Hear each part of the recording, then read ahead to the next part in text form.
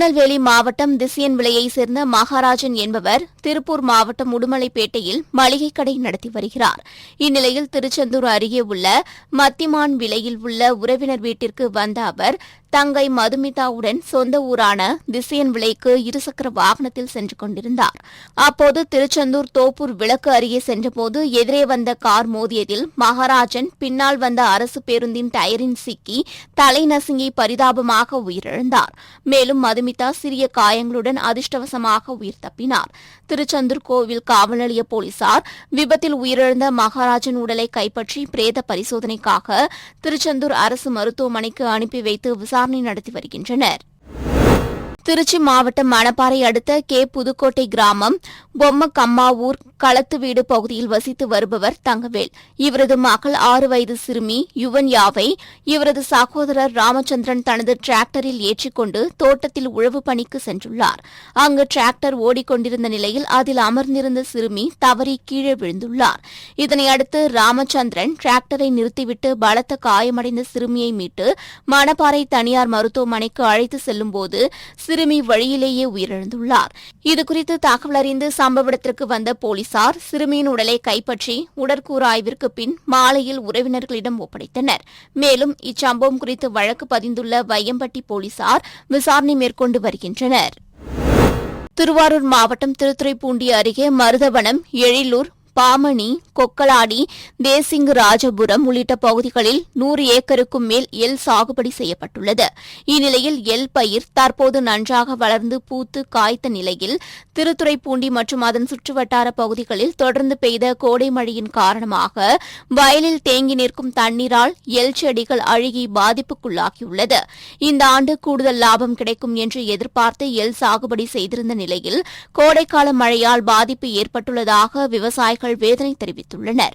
எனவே பாதிக்கப்பட்ட எள் சாகுபடிகளை தமிழக அரசு கணக்கெடுப்பு செய்து உரிய நிவாரணம் வழங்க வேண்டும் என்றும் கோரிக்கை விடுத்துள்ளனர். திருவாரூர் மாவட்டம் திருத்துறைப்பூண்டி தாலுகா மருதவனம் கிராமத்தில் எள்ளு சாகுபடி ஒரு 12 ஏக்கர் செய்துள்ளேன். தொடர்ச்சியாக தொடர்ந்து 5-6 வருஷமாக பண்ணிட்டு வரோம். இந்த வருஷம் மழையின் ஒரு வாரமாக பெஞ்ச மழையின் காரணத்தினால் எள்ளு சாகுபடி அறுவடை பண்ண முடியாமல், அறுவடை டயத்தில் உள்ளதால் அறுவடை பண்ண முடியாமல் பண்ண முடியாத நிலையில் உள்ளது. ஆகவே அரசு ஊழியர்கள் நேரடியாக பார்வையிட்டு எனக்கு உரிய நிவாரணம் வழங்கும்படி கேட்டுக்கொள்கிறேன். சிவகங்கை மாவட்டம் காரைக்குடியில் நேற்று பெய்த கனமழையால் ரயில்வே நிலையம் அருகில் சாலையில் பாதாள சாக்கடை திட்டத்திற்கு குழாய் பதிப்பதற்கு தோண்டப்பட்ட பகுதியில் திடீர் பள்ளம் ஏற்பட்டுள்ளது. இந்நிலையில் இன்று அதிகாலை அவ்வழியே சிமெண்ட், செங்கல் ஏற்றி சென்ற லாரி திடீர் பள்ளத்தில் சிக்கியது. இதனால் அப்பகுதியில் சிறிது நேரம் பரபரப்பு ஏற்பட்டது. பின்னர் ஜேசிபி இயந்திரம் மூலம் லாரியை அங்கிருந்து மீட்டனர். தூத்துக்குடி மாநகராட்சியில் உள்ள 5வது வார்டுக்குட்பட்ட இந்திரா நகர் பகுதியில் கடந்த 2 நாட்களாக பெய்த மழையின் காரணமாக மழைநீர் தேங்கியுள்ளது. இந்த மழைநீரை அகற்றவும் இந்த பகுதியில் நிரந்தரமாக மழைநீர் வடிகால்வாய் அமைக்கவும் நடவடிக்கை எடுக்கப்பட்டு வருகிறது. இந்நிலையில் சமூக நலன் மற்றும் மகளிர் உரிமைத்துறை அமைச்சர் கீதா ஜீவன் இந்திரா நகர் பகுதியில் ஆய்வு மேற்கொண்டார். அப்போது அங்கு பலத்த மழையும் பெய்த நிலையில் அதனை பொருட்படுத்தாது அமைச்சர் கீதா ஜீவன் ஒவ்வொரு தெருவாக சென்று ஆய்வு மேற்கொண்டு அப்பகுதிகளில் இருந்த மழைநீரை அகற்றவும் நிரந்தரமாக மழைநீர் வடிகால் வாய்கள் அமைக்க உரிய நடவடிக்கை எடுக்கப்படும் எனவும் பொதுமக்களிடம் உறுதியளித்தார். நீலகிரி மாவட்டம் உதகைக்கு ஆந்திர மாநிலம் பல்நாடு பகுதியிலிருந்து 3 பிக்கப் வாகனங்களில் குழந்தைகளுடன் சேர்ந்து 50 பேர் சுற்றுலா வந்து சொந்த ஊர் திரும்பிக் கொண்டிருந்தனர். அப்போது குன்னூர் அருகே உள்ள பெடட்டி பகுதியில் ஒரு பிக்கப் வாகனம் பள்ளத்தில் கவிழ்ந்து விபத்துக்குள்ளானது. இந்த விபத்தில் ஒரு குழந்தை உட்பட 3 ஆண்கள், 10 பெண்கள் என மொத்தம் 14 பேர் காயமடைந்தனர். இதனையடுத்து அங்கிருந்தவர்கள் காயமடைந்தவர்களை மீட்டு குன்னூர் அரசு மருத்துவமனைக்கு அனுப்பி வைத்தனர். மேலும் விபத்து குறித்து வெலிங்டன் காவல்துறையினர் விசாரணை மேற்கொண்டு வருகின்றனர். திருப்பூர் மாவட்டம் உடுமலை அருகே உள்ள குறிஞ்சேரி கிராமத்தைச் சேர்ந்த செந்தில்குமார் சிந்து பாரதி என்ற தம்பதியினரின் மகன் மிதுன் மகாதேவின் காதணி விழா நடைபெற்றது. சென்னையில் ஐடி துறையில் பணியாற்றி வரும் செந்தில்குமார் விவசாயத்தின் மீது வைத்துள்ள பாசத்தின் காரணமாக இந்த காதணி நிகழ்ச்சியில் காங்கேயம் நாட்டு இன மாடுகளை பாதுகாக்க வலியுறுத்தி 10க்கும் மேற்பட்ட காளைகள் மற்றும் ரேக்லா பந்தயத்தில் வெற்றி பெற்ற கோப்பைகள் உடன் கண்காட்சி ஒன்று அமைத்திருந்தார். இந்த கண்காட்சி காதணி விழாவுக்கு வந்தவர்களை வியப்படைய செய்ததோடு வெகுவாக ஈர்த்தது. பட் நம்ம இந்த ஒரு விசேஷத்துக்கு வந்திருக்கோம், நம்ம தமிழர்களை பார்க்குறக்கும் பார்த்துட்டு இந்த விவசாயத்தை சம்மந்தப்பட்ட இந்த மாடு காங்கேயம் காளைகள் அதுக்கு வெற்றி பெற்று கொடுத்த நம்மளுக்கு தேடி தந்த வெற்றிக்கும் அந்த பரிசுகளையும் பார்க்கும்போது நம்மளுக்கு ஒரு இயற்கையான சந்தோஷம் தருது. அது மாதிரி நிறைய கலை நிகழ்ச்சி நீ நடத்துறவங்க யாராக இருந்தாலும் செயற்கையான விஷயத்தை அவாய்ட் பண்ணிவிட்டு இயற்கையான விஷயத்துக்கும் இந்த மாதிரி மாடுகள் இனங்கள் நம்மளோட வளர்த்துற இனங்களுக்கு ஒரு முக்கியத்துவம் கொடுத்து பண்ணுறது.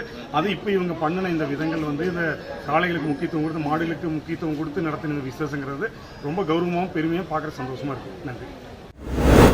மயிலாடுதுறை அருகே சித்தர்காடு ஊராட்சி மன்ற அலுவலகத்தில் மாணவர்களை நல்வழிப்படுத்தும் வகையில் 10 வாரங்கள் நடைபெறும் அமைதி கல்வி திட்டத்தை ஊராட்சி மன்ற தலைவர் ரத்தினவேல் தொடங்கி வைத்தார். இதில் அமைதி, மதிப்பை உணர்தல், தெளிவு, தன்மானம், தேர்ந்தெடுத்தல், நம்பிக்கை, நிறைவு ஆகியவற்றை விளக்கிய உலக அமைதி பேச்சாளர் பிரேம் ராவத்தின் காணொலி காட்சி ஒளிபரப்பப்பட்டது. வாரந்தோறும் ஞாயிற்றுக்கிழமையன்று 1 மணி நேரம் பயிற்சி வகுப்பு 10 வாரங்கள் நடத்தப்படுவதாகவும் இதில் மாணவர்களுக்கு நம்பிக்கையை ஏற்படுத்தி அவர்களின் உள்மனதில் உள்ள ஆற்றலை கண்டறிந்து வெளிக்கொண்டு வருவதற்கு முயற்சிகள் மேற்கொள்ளப்பட்டுள்ளதாக பயிற்சியை நடத்தும் தன்னார்வலர்கள் தெரிவித்தனர். சேலம் மாவட்டம் மேட்டூர் அருகே தங்கமாபுரி பட்டினத்தை சேர்ந்தவர் சமையல் தொழிலாளி அமலதாஸ். இவருக்கு திடீரென நெஞ்சுவலி ஏற்பட்டதால் மேட்டூர் அரசு மாவட்ட தலைமை மருத்துவமனையில் சிகிச்சைக்காக அனுமதிக்கப்பட்டார்.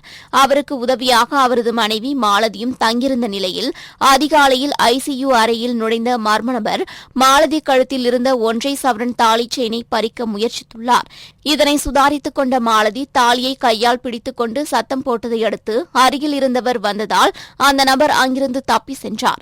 இதுகுறித்து மாலதி அளித்த புகாரின் பேரில் மருத்துவமனைக்கு சென்ற போலீசார் அங்குள்ள சிசிடிவி காட்சிகளை ஆய்வு செய்து விசாரணை மேற்கொண்டு வருகின்றனர். அரசு மருத்துவமனையில் நோயாளியின் மனைவியிடம் தாலியை திருட முயற்சி செய்த சம்பவம் மேட்டூரில் பரபரப்பை ஏற்படுத்தியுள்ளது. என்ன பூச்சி தான் ஊறுதான் நினைச்சிட்டேன். இந்த தாலி இப்படி நின்றுக்குச்சு, நைட்டியில மாட்டிக்குச்சு. மாட்டி காவலி இப்படி எடுத்துக்காட்டி நான் யாரும் சொல்லி அவன் கையை சேர்ந்து தாலி இப்படி பிடிச்சிக்கிட்டேன். அவன் என்ன செஞ்சு பாருங்க, மூஞ்சி இப்படி திருப்பிக்கிட்டான். அவன் மூஞ்சி திருப்பி இந்த கழுத்துல கை வச்சிருக்கிறான். நின்றுட்டு நரசமா பெஞ்சில் படுத்திருந்தாங்க. அவன் நின்று பார்த்துருக்கோமா பக்கத்து பெட்லேருந்து ஒரு வயசான பாட்டி ஒன்று வந்தாங்க பாத்ரூம் படுத்துட்டு. அந்த அம்மா நின்று பார்த்துட்டு யாரும் ஒரு ஆள் நிற்கிறான், நம்ம போயிட்டு வந்தாலாம், அவன் பாத்ரூம் தான் வந்திருக்கான்னு நினச்சிட்டு அந்த அம்மா பார்த்துட்டு உள்ளே பாத்ரூம் போயிடுச்சு. தஞ்சை மாவட்டம் கும்பகோணம் அருகே வீரராகவபுரம் கிராமத்தில் உள்ள புனித ஜெபமாலை மாதா ஆலயத்தில் ஆண்டுதோறும் தேர்பவனி விமரிசையாக கொண்டாடப்படுவது வழக்கம். அதன்படி 17ஆம் ஆண்டு விழா கடந்த 11ஆம் தேதி கொடியேற்றத்துடன் தொடங்கியது. இதனைத் தொடர்ந்து ஒவ்வொரு நாளும் அருட்தந்தையர்களால் ஜெபமாலை, நவநாள் ஜெபம், கூட்டு திருப்பலி உள்ளிட்ட நிகழ்வுகள் நடைபெற்றன. இந்நிலையில் விழாவின் முக்கிய நிகழ்ச்சியான தேர்பவனி வான வேடிக்கையுடன் சிறப்பாக நடைபெற்றது. இதில் வண்ண மலர்களால் அலங்கரிக்கப்பட்ட தேரில் புனித ஜெபமாலை மாதா, சம்மனசு, சூசையப்பர், அந்தோனியார் ஆகியோர் 5 ஆடம்பர தேரில் எழுந்தருளினர். தேர்பவனியின் போது கிறிஸ்தவ குடும்பத்தினர் உப்பு, மிளகு ஆகியவற்றை அலங்கரிக்கப்பட்ட தேரின் மீது தூவி மெழுகுவர்த்தி ஏற்றி தங்களது வேண்டுதலை நிறைவேற்றினர். கிருஷ்ணகிரி மாவட்டம் ஓசூர் ரயில்வே நிலையம் அருகே தேன்கனிக்கோட்டை சாலையில் கடந்த 6 மாதத்திற்கு மேலாக ரயில்வே மேம்பால பணிகள் நடைபெற்று வருகிறது. இதனால் வாகன ஓட்டிகள், பொதுமக்கள் மாற்றுப்பாதையாக ரயில்வே கீழ்ப்பாலம் வழியாக சென்று வருகின்றனர். இந்நிலையில் நேற்று பெய்த மழையால் ரயில்வே கீழ்ப்பாலத்தில் அதிக அளவு தண்ணீர் தேங்கியதால் அப்பகுதியில் போக்குவரத்து பாதிக்கப்பட்டது. மேலும் அவ்வழியாக செல்ல முடியாமல் வாகன ஓட்டிகள் திரும்பிச் சென்றனர். இருப்பினும் சிலர் சேரும் சகதியுமான நீரில் இருசக்கர வாகனங்கள் மற்றும் கார்கள், ஆட்டோக்களை இயக்கிக் கொண்டு வேகமாக சென்றனர். செங்கல்பட்டு அருகே திருச்சி சென்னை தேசிய நெடுஞ்சாலையில் மகேந்திரா சிட்டி சிக்னலில் நின்று கொண்டிருந்த வாகனங்கள் மீது திருச்செங்கோட்டிலிருந்து சென்னை நோக்கி சென்ற ஆம்னி பேருந்து வேன் மீது மோதியதில் அடுத்தடுத்து 2 கார்கள், வேன் என 5 வாகனங்கள் சேதமடைந்தன. இதனால் போக்குவரத்து நெரிசல் ஏற்பட்டு 3 கிலோமீட்டர் தூரத்திற்கு வாகனங்கள் அணிவகுத்து நின்றன. இதுகுறித்து தகவல் அறிந்து வந்த போக்குவரத்து போலீசார் நெடுஞ்சாலையில் ஏற்பட்டுள்ள போக்குவரத்து நெரிசலை சரி செய்யும் பணியில் ஈடுபட்டனர்.